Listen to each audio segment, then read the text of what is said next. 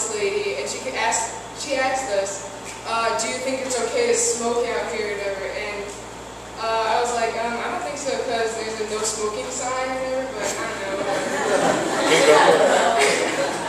And then we just like started up a conversation from that, and started talking about permits, driving, and stuff. And then she started telling me her story.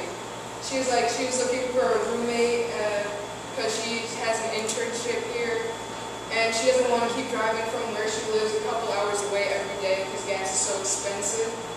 And then she said it was hard to find an apartment because she has a little girl she has to bring with her, and then a roommate, so they don't know if they'll agree with that. And yeah, I was talking about that, and then we switched on to a whole other topic, and then she was like, so which side of the river do you live on?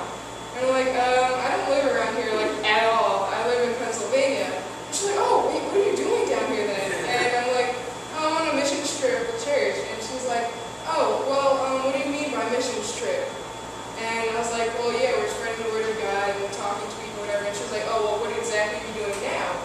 I was like, well, I'm kind of starting a conversation with random people.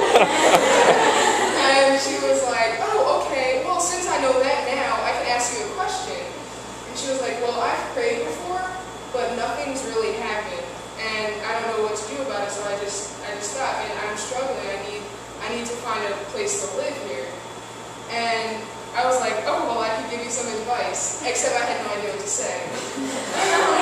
So, I was thinking, well, yeah, and then what we talked about this morning just like popped up in my head. I was like, well, what I do, when I'm stressing out about something, I pray. And I usually just like let it out, just talk. And what I learned this morning is it's not a one-way street.